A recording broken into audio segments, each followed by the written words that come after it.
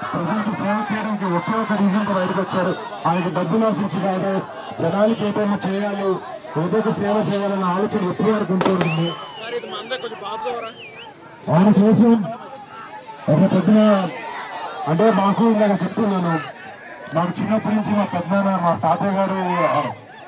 తాతయ్య గారు కానిస్టేబుల్ గా తిరుగుతున్నప్పుడు చాలా చోట్ల ఊర్లు మారుతూ ఉండేవాళ్ళం, మొగల్తూరు, నెల్లూరు ఇవన్నీ. ఇప్పుడు హైదరాబాద్కి వెళ్ళి ఇండస్ట్రీలో సినిమా స్టార్ట్ చేసిన తర్వాత మాకంటూ ఒక సొంతూరు ఏతుందంటే చెప్పుకోవడానికి లేదు.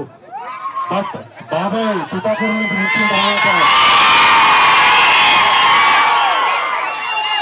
మీ పొద్దున మా పండుగలు వచ్చినా ఏమొచ్చినా మీ సొంతూరు ఎక్కడ ఉంటే మేము తుపాకూరు చెప్పుకుంటాం. మీరు ఎంతైతే ప్రేమ అనురాగాలు చూపిస్తున్నారో బాబాయ్కి, అంతే మీ అందరి కోసం బాబాయ్ ఎప్పుడు కష్టపడుతూనే ఉంటాడు. ఇది మా అందరి హామీ. అండ్ మళ్ళీ మీ ఒక్కొక్కరికి పేరు పేరున ధన్యవాదాలు.